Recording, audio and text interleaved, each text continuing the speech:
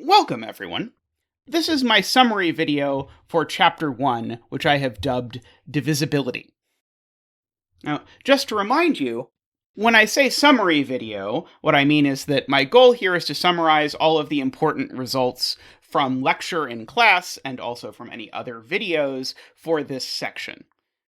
So, reminder, Chapter 1 is a chapter from an imaginary book that I made up, so don't take it too seriously. Basically, my goal is each chapter will end with a video like this.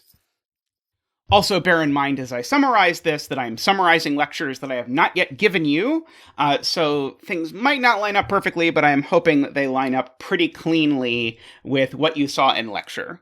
But I'm not trying to be completely comprehensive or explain everything here. I'm just trying to give you enough to remind you what all of the important points are and how all of these things fit together. So, the starting point of divisibility was this theorem that has the weird name, the division algorithm. And secretly, or not so secretly, almost everything that a number theorist ever does relies on the division algorithm. So this is really the foundation of nearly everything that we're going to do in this course. And what does the division algorithm say? It basically tells you how division works. So to state this, I'm going to say what happens basically when you divide the number x, which is going to be just some integer, by, and I'm only going to think about dividing by positive integers. You could figure out a version of this that would work for negative integers, but there's really no good reason to. If you know how to divide by 5, you probably know how to divide by -5, so we're just only going to talk about dividing by positive integers. And so, what happens when I divide the number x by the number n? I get a quotient, which I'm going to call q, and I get a remainder that I'm going to call r. And what does that mean? That means that this x is n times the quotient plus the remainder. But I need one more requirement, namely my remainder here, if I just stopped here, my remainder here could be anything. I specifically want the remainder to be smaller than the thing I divided by. So if I divide by 10, for example, then my allowable remainders are the numbers from 0 up to 9. Note, this is a strict inequality, whereas this is a less than or equal to. If I divided by 10 and I had a remainder of 10, well, that's just an extra 10. That's really a remainder of 0. That's basically what this is saying.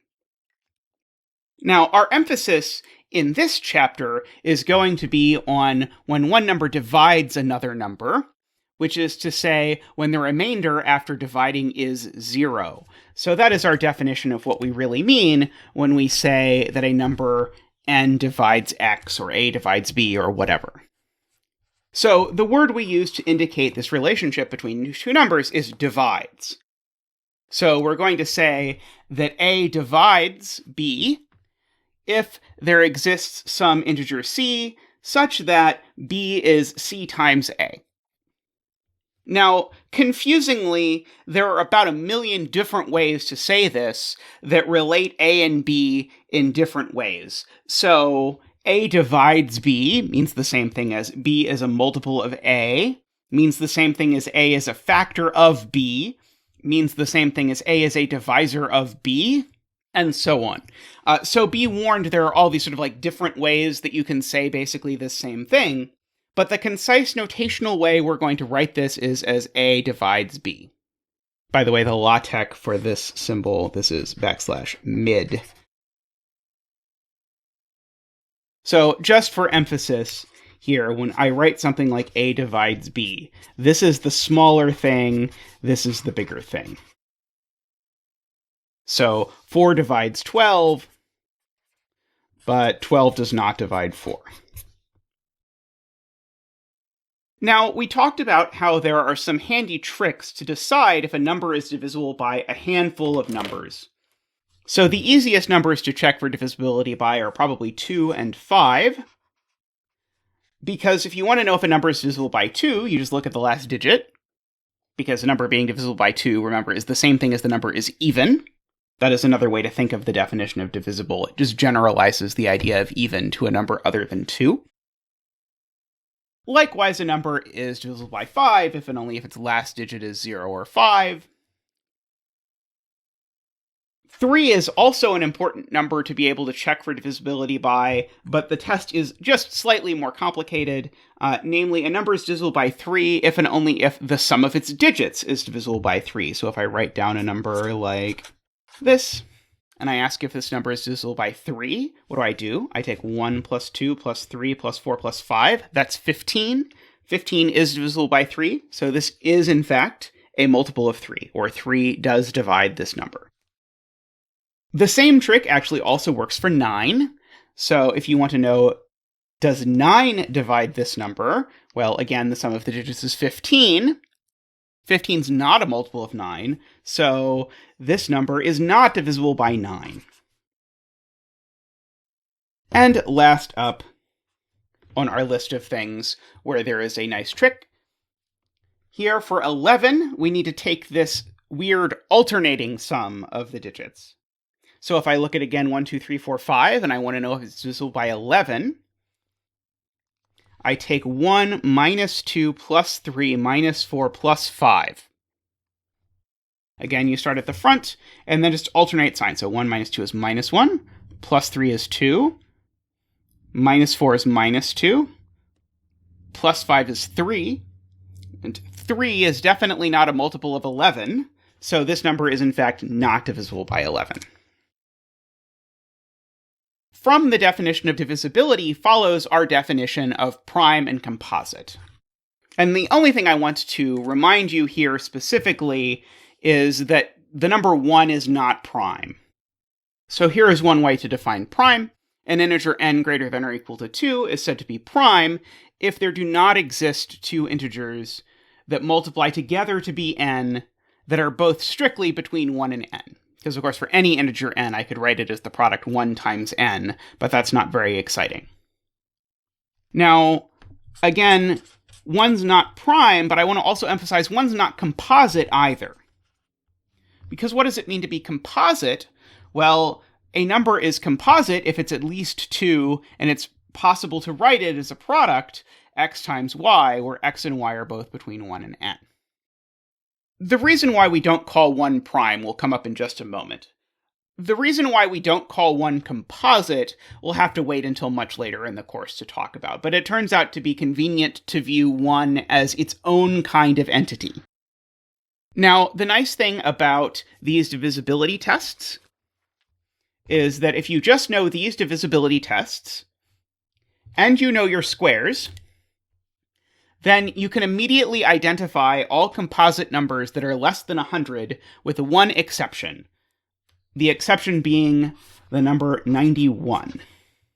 But in other words, if you look at a number like 83, and you ask yourself if this is prime, well, you can check it's not divisible by 2, it's not divisible by 5, it's not divisible by 3, it's not divisible by 11, it's not 91, therefore it's prime. So when you're looking at something, you're like, wait, is 47 prime? Is 57 prime or whatever? These are the only tests you have to do with, again, as I said, the one exception being 91, because the prime factors of 91 skate right between 5 and 11, namely they're 7 and 13.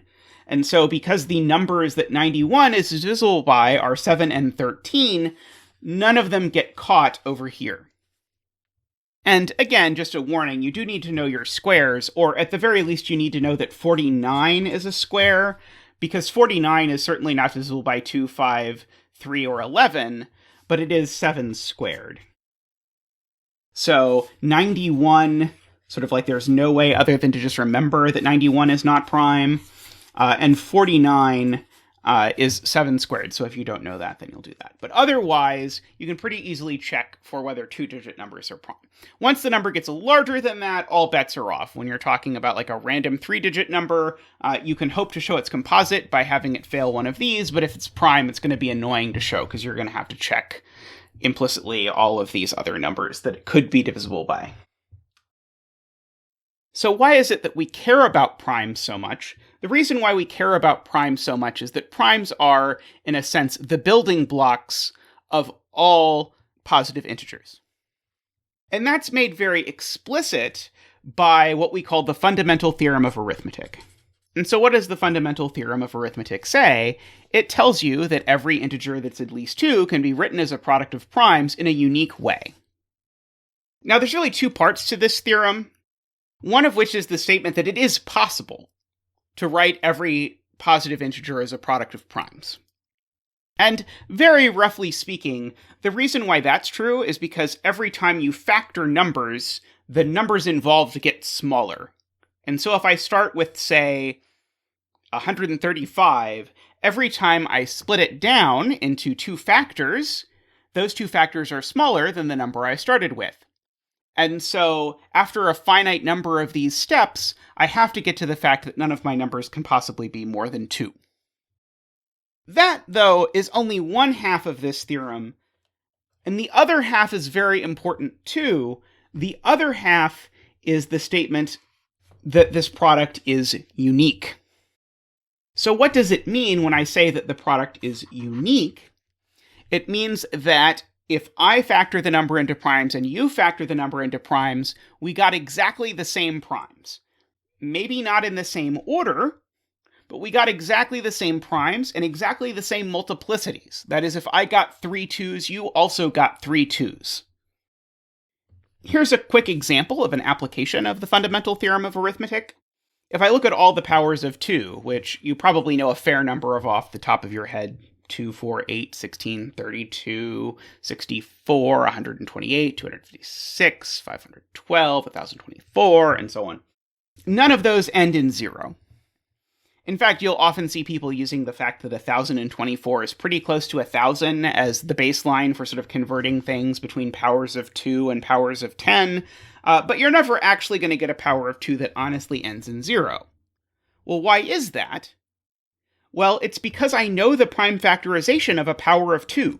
Namely, if something is a power of 2, that is telling you its prime factorization. Namely, it is 2 to the k. And that is the only way to write it as a power of primes by the fundamental theorem of arithmetic.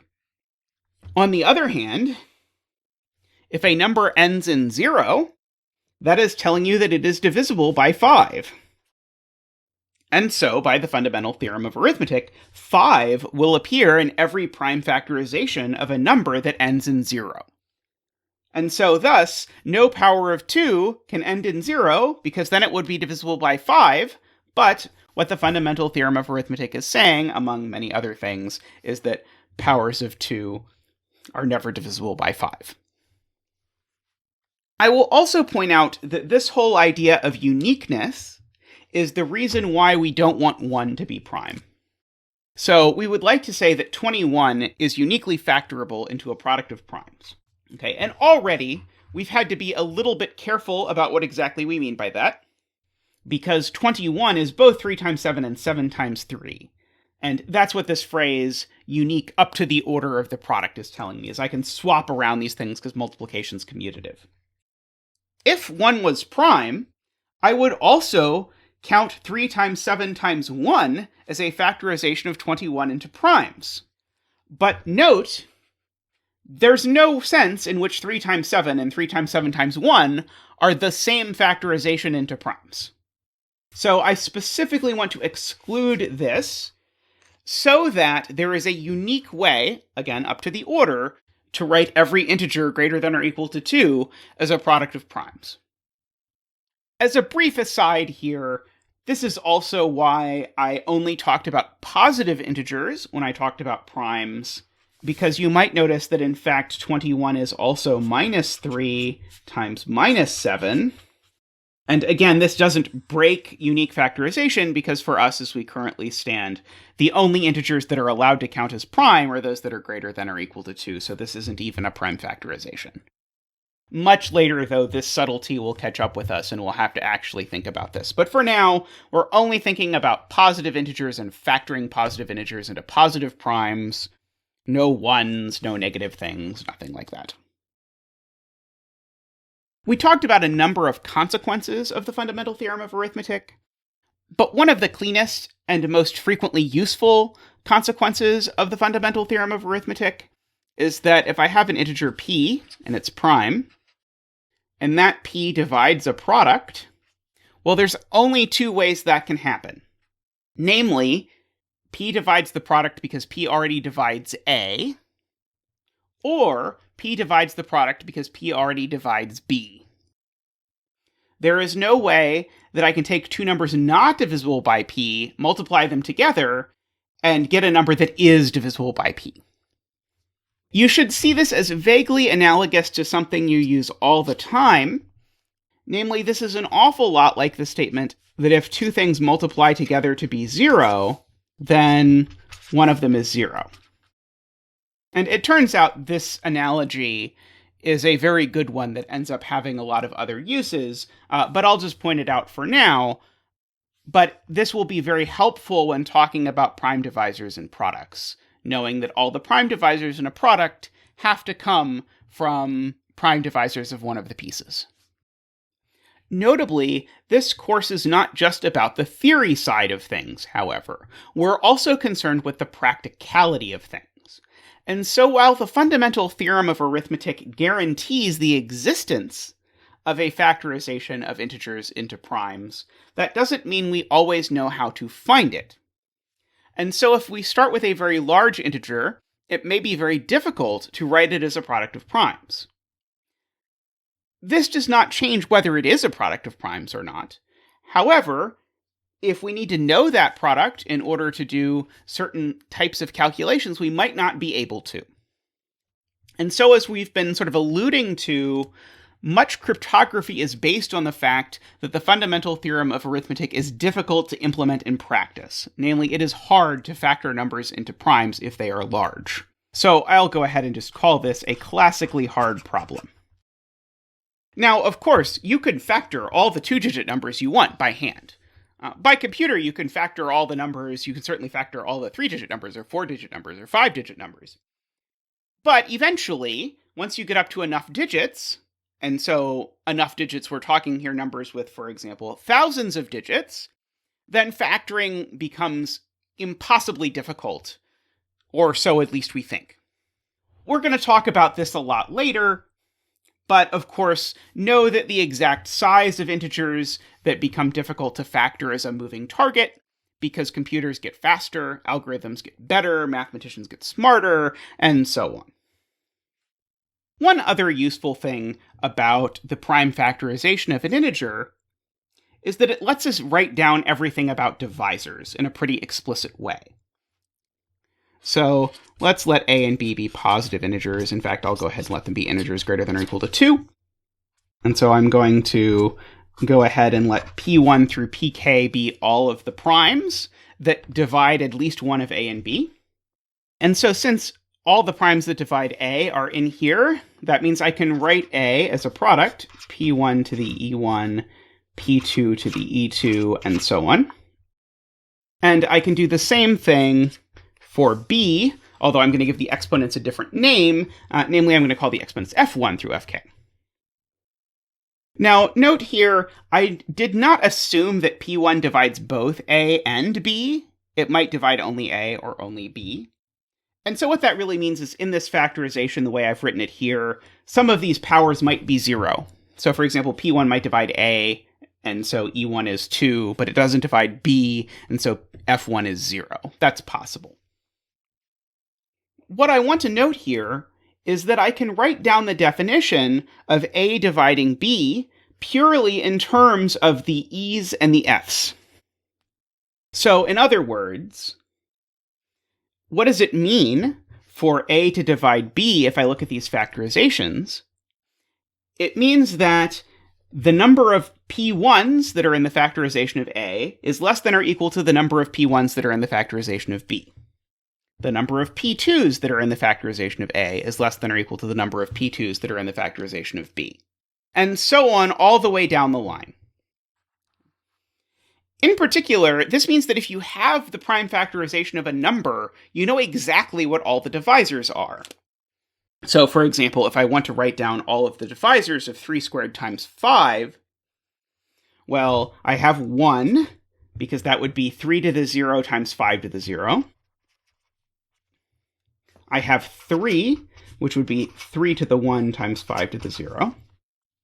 I have 9, which is 3 squared times 5 to the 0.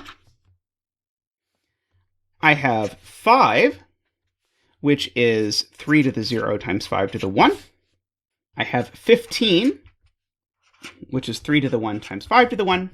And finally, I have 45, which, by the way, n is 45.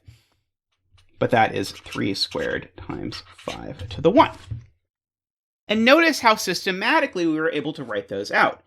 Namely, this exponent on the 3, it could be 0, 1, or 2. And the exponent on the 5, it could be 0 or 1. And it turned out that this had a lot of nice consequences. So one of those nice consequences was that it gave us a nice formula for what's called the divisor function. Namely, the divisor function here is just this function which is denoted by lowercase d of n, which tells you how many divisors the number has. So how many divisors did 45 have? Well, 45 had 1, 2, 3, 4, 5, 6 divisors. But if you paid close attention to this way we systematically wrote these things out by looking at the powers, we can actually write down a formula for where this 6 came from that's much simpler than writing down all the possibilities. Namely, where did the 6 come from? It came from multiplying the number of possible exponents for 3 by the number of possible exponents for 5. Namely, if we have a divisor of 3 squared times 5, that means the power of 3 is 0, 1, or 2. That's 3 options. And the power of 5 is 0 or 1. That's 2 options. And 3 times 2 gives us 6. So this all generalizes to a rather nice formula, which is that if you're looking at a number and you want to know how many divisors it has, then you write out the prime factorization of that number. And then the number of divisors is e0 plus 1 times e1 plus 1 times ... times, and then ek plus 1. Now, think just for a second, make sure you understand where is this plus 1 coming from. So where is the plus 1 coming from? The plus 1 is coming from the fact that the exponent can be any number 1 up to e0, but it can also be 0. And so the plus 1 here is it can also be 0. And so this product, that tells me how many divisors a particular positive integer has. As an example of the power of the theory we've developed so far, we went ahead and proved Euclid and Euler's joint theorem on even perfect numbers. And so this was basically bidirectional, but it started with Euclid observing that there was an easy way to generate perfect numbers. Namely, if this number 2 to the nth power minus 1 happened to be prime, then this number is perfect. Remember, by the way, a number being perfect means that it is the sum of its divisors other than itself. Or, if you prefer to say it more naturally, the sum of the divisors of n is 2n. Okay, so Euclid was already thinking about primes of this form in something like 300 BCE, but nonetheless we call primes of this form today Mersenne primes, after a monk from the Middle Ages who happened to also think about them. We'll talk a lot more about Mersenne primes as the course goes on. It turns out Mersenne primes are particularly useful for a lot of computer applications. For example, a lot of random number generation hinges on Mersenne primes. In total, we know about 50 of them, including all of the largest known primes at this time are Mersenne primes. But they were sort of happened upon by Euclid, who noticed that this gave you a formula that spit out perfect numbers. So you got 6 and 28 and 496, and so on and so forth out of this formula. Euler then went ahead and more or less completed Euclid's work here. And what do I mean by that?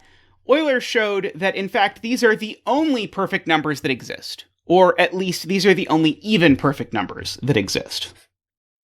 And we showed the proof of this too. And so together, these two really form an if and only if statement. So what this is really saying is that there's a bijection between, on the one hand, even perfect numbers, and on the other hand, Mersenne primes. And the bijection is as explicit as you could possibly want it to be. It's just given by this formula that Euclid found 2,300 years ago. Now, we went on to note there's lots of things we still don't know. For example, we don't know if there's infinitely many numbers in either of these sets.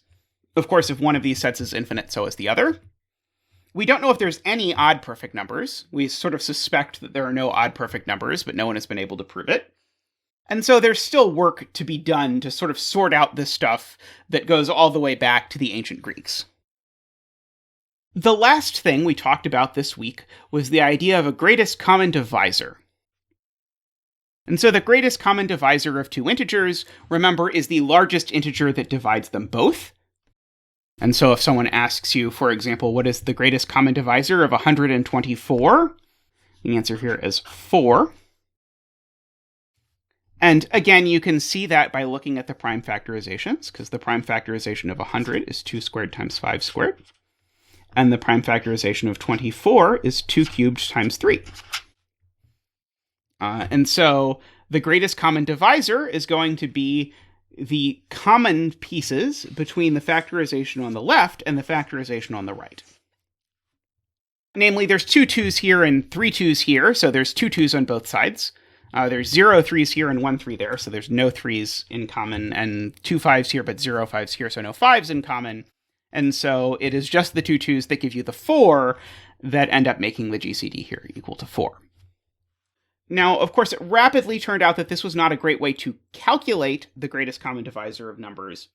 And so we, in fact, ended up writing down this thing called the Euclidean algorithm, followed by the extended Euclidean algorithm, which allows us to calculate the greatest common divisor of two numbers, even if they are very, very large numbers, very, very quickly. And so this section on greatest common divisors is important for sort of both halves of this course. It's very important theoretically, and we'll see lots of reasons for that next week. But it is also very important computationally, and we'll see examples of that the week after that. So what is it the extended Euclidean algorithm does? So I have actually posted a video on completely about the extended Euclidean algorithm, so I'm not going to repeat the algorithm here. You can go view that. But I want to give you the summary, that the high points. What does it do? It inputs 2 positive integers, but it outputs 3 things, one of which I'll call d, and then the other 2 I'll call x and y. These things are all being integers. And so d is the greatest common divisor. But also, we get x and y in the integers such that ax plus by is equal to d. In other words, the extended Euclidean algorithm lets us show that the GCD of 2 integers is in fact a linear combination of those 2 integers. That's really what this equation is saying. As a final note, we sort of state the fact that the Euclidean algorithm exists as a theorem. So this is often called Bezout's theorem. And so what does Bezout's theorem say? Bezout's theorem says that if a and b are positive integers, then there exist x and y such that ax plus by is equal to the GCD of a and b. These 2 results are different sides of the same coin. If you need to compute these things, this is the computational side. If you need to prove something, then you can just use this theorem. And so since in this course we'll be doing both, we'll be doing computations and we'll be doing proofs, we'll sort of alternate whether we're using the actual algorithm itself or whether we're using just quoting Bezout's theorem. So for me, that's the highlights of chapter 1. Hopefully this was helpful, and hopefully this lets you fill in these gaps and make sure you remember, like, yes, I didn't quite follow that when he said it in class, but now it makes sense. Or, I didn't quite follow that when he said it in class, and now I realize I don't understand it, so I'm going to go ask him in office hours, or whatever the case may be. These are the important things to find and make sure you understand. And we'll stop off here, and next chapter, we're going to start talking about modular arithmetic. So going all the way back to the division algorithm that we started this video with, we talked today entirely about what happens if this remainder when we divide is 0. In the next chapter, we're going to be talking about what happens if it isn't 0, and that is going to be our main goal. But that's all for now. I'll see you next time.